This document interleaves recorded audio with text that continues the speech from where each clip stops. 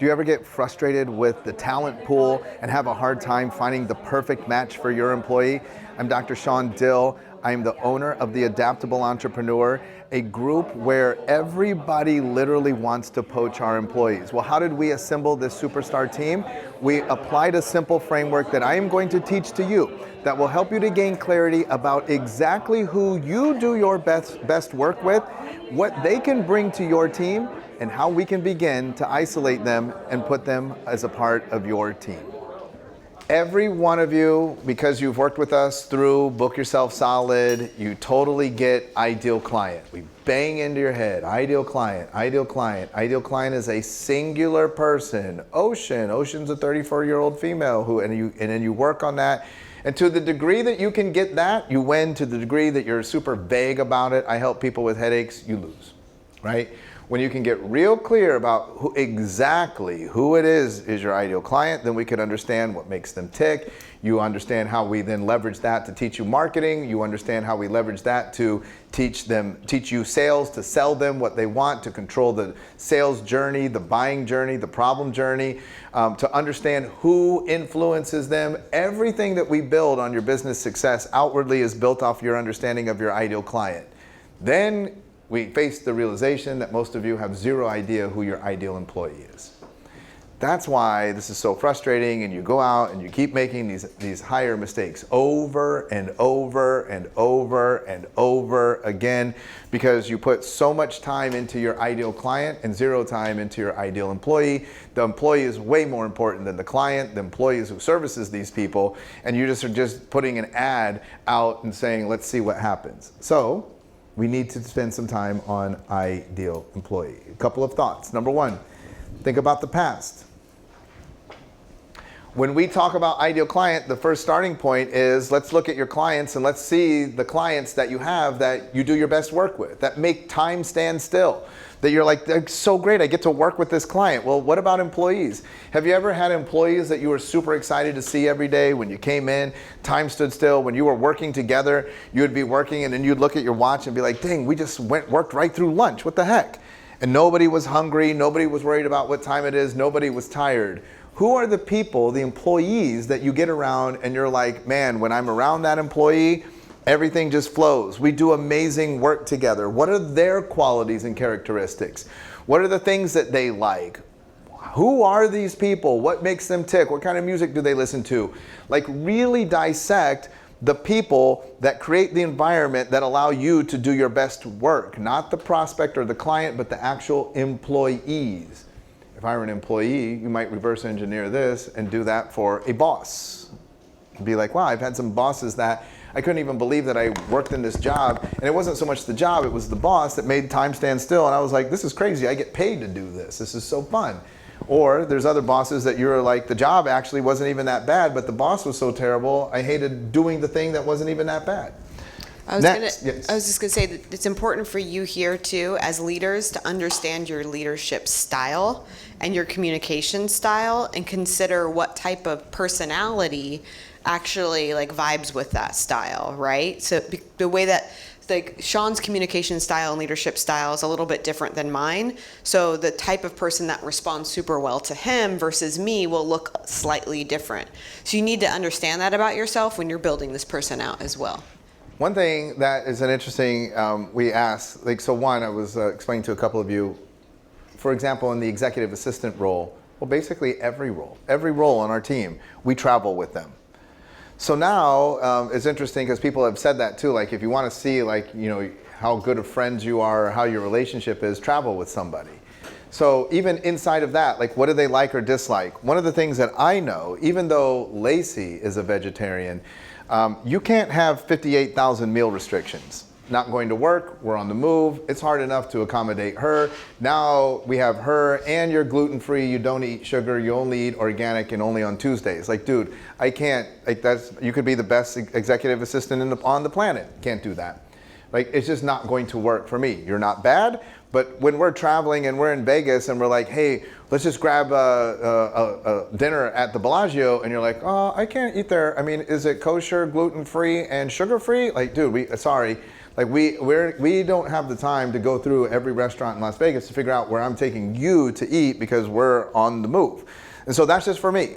What do they like and dislike? What kind of music do they like? We are together outside of just this 9 to 5 grind. So if we're going to have a Taco Tuesday and you're like, I hate tacos. Well, how great is Taco Tuesday going to be when there's one person on the team that's like, this is stupid. Like, I need them all to be like, this is great, right? So like, you have to sit there and figure out like, hey man, we play pickleball once a month. Like, is that going to be cool with you? Other simple questions. This is very interesting because I'm not saying to interview them this way, but I am saying to know this. Do you get along with people of certain political beliefs better than others? Do you care? What about the people that wear their political beliefs on their sleeve? Regardless, there could be people that align with me politically and I'm like, dude, can you tone it down? What about religious beliefs? Do you align one way or the other there? Some people are like, dude, I don't care. Great. Some people are like, I only work with people of this religion. Great. It doesn't matter, but it really matters when you don't know. Now, this part of it, people will be like, oh, but that's like racist or it's discriminatory. No, it's not. It's just like who you do your best business with. It's no different than dating. You don't have to date every person in the world. You like brunettes more than blondes? Great. Are you racist against blondes? No, that's just your personal preference, right? And I don't care if you had that in your ideal employee. I like my employees to be brunettes. Great. Whatever the thing is, some of you have told me like, oh, I like my employees to be bubbly, to be attractive. I've talked to you about certain dealerships car dealerships, and you walk in and it's like, are these people all models? Like what is going, and they're dressed a certain way and it's like, why did they only hire models at the car dealership? Like that's so weird, but they did. And obviously you're like, there was a buying profile or a hiring profile that they were attempting to achieve to find alignment with the brand. And not just alignment with the brand, which is a consideration, but alignment with the principle, with you. Like you have to be able to do your best work. I can't come in and you guys are all, well, the Raiders are great and I hate the Raiders. That would get to me eventually. So you have to figure out what are the things that create this alignment. Even in some environments, for example, music tastes, if we work in an environment, in an office, and we play the music and you keep switching it to Conway Twitty and that's driving me crazy, this isn't going to work, right? I'm gonna be like, what's going on? So we've gotta even find, like, I wanna be able to listen to the music that you think is cool too. We like this, we do our best work together. I say like, hey man, I think I'll buy you lunch. How about if I get you this? I don't want you to be like, oh, I hate that. I want you to be like, whoa, I love that food. That is all, not necessarily that I would interview that out of them, but these are the parts of the ideal employee that I'm looking for. What are their traits and characteristics? What are the belief systems? And now in this one, remember I always talk about ideal client's not like just a descriptor of a person. Ideal client is a belief system. Ideal employee is a belief system. If you are a chiropractor and your employee doesn't think that works, they don't have that belief system, we're dead in the water, right? So that's an obvious, but what about the other belief systems? Do you have to believe that people are inherently good? Do you have to be abundant-minded as far as money is concerned? You can't take the person that has a crazy money mindset and put them at the front desk and have them charge people 10 grand for the thing that you do. Because they're literally thinking like, oh my gosh, I would never pay that. Either they're trying to say like, okay, Joe, it's gonna be 10 grand. And literally they're like, this is ridiculous. So they have to believe like, this is worth 20 grand. We're only charging you 10 grand. They have to be comfortable. Like, how do we know that? How are you with money? How are you with worldviews? How are you with politics? How are you with whatever? These are things. And by the way, I don't always have to ask somebody directly, how'd you vote in the last election? There's a lot of ways that I can watch, observe, and ask and talk about topics that will flesh that out. I can begin to understand like how you think by just having a conversation with you in an interview setting. But I needed to have known before we did the interview exactly what I was looking for. I had to know. So this part is you have to know what it is that we're looking for. And so we're going to build this ideal employee. This ideal employee, it doesn't matter what role they do. This person can do all the roles because I'm not talking about, notice it doesn't have anything up there about skill sets. It doesn't say great on the phone. It doesn't say master at spreadsheets. It doesn't say Outlook master for email. These are all of just the ideal client qualities and characteristics. It doesn't matter, for every single role that you have that's not filled, a person would have to bring these characteristics and qualities into that role. And that's why it's hire people, not roles, because if I could find the person, I could teach them the role. But if I find the role, I can't teach them the person. So if you're hyper liberal, I can't convince you that we should go out and buy tons of guns. Like, it's not going to work. Like, it's just, I'll spend my life trying to do that. And if you go on social media and you watch it, like, you can see, like, yeah, that never works. There are some things, belief systems, that I'm not going to be able to reverse. But I can teach you how to use an Excel sheet.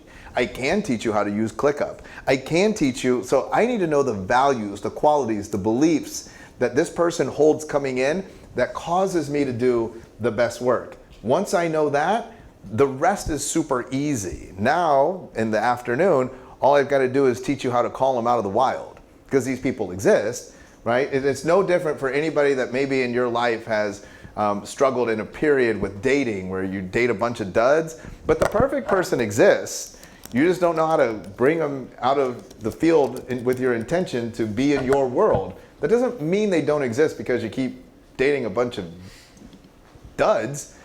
You just haven't found that right person. And maybe, people always tell me this too, like, and they do this more, but they do it with dating. These two things are incredibly similar. People tell me I just can't pick the right people. And in both worlds, employees, I can't pick the right person. I don't know, I'm just bad at picking. And in dating, I just can't pick the right people. I keep picking the wrong person. I don't think it's that. I think that you're crystal unclear about what you're looking for. So you just keep getting convinced, like you don't have any set of criteria. So somebody comes in, and just like dating, every person that interviews in a way where they're attempting to convince you that they're the best choice. Every person ever. And every person ever who goes on a first date tries to put on their best face. On the first date, even the alcoholic doesn't get drunk on the first date. They're not going to let you see that on the first date. You'll have to go a couple dates before you'll be able to see that. The person that doesn't fit your profile is not going to come in and be like, yeah, dude, I'm so excited, Dave, to work with you. I mean, my mom tried chiropractic and I think it's a scam, but I would be a great front desk person. Like, they're not going to say that. Even though they may believe that, they want a job. So they're going to try and convince you. And our job is to, one, that guy should have never been sitting in this interview, first of all. How did you end up here in an interview? I need to be better at calling the right people into the interview. And then this afternoon, I need to teach you how to interview to get through the facade that they're trying to put up to try and trick you. By the way, I always tell people, there are books, if you're unaware because you're an entrepreneur, there are books on how to interview. Lots of them, not one, lots of them, that teach people how, and they teach them the questions that you're going to ask. So you ask these same questions that are in the book, and they've read the book, and they give you these canned answers that they read in the book that are psychological trigger tricks to get you to hire them. So here's what we're going to do this afternoon, is we're not asking them any of those questions. And we're going to ask them questions that set them back and that get them to reveal who they truly are. But we need to know, not just like, oh, I'm just trying to find out who you are. I'm actually trying to find out, do you match this? Ideal employee. I'm trying to find out, do you hold the worldviews and values of somebody that would super excel in the business environment that I've created, which is different for each and every one of you. So 2 steps. 1, for every person on your org chart that we created, your future org chart, who is missing? So now we're moving into the who from the what. Who is missing? And then number 2, let's define all of the criteria of that ideal client.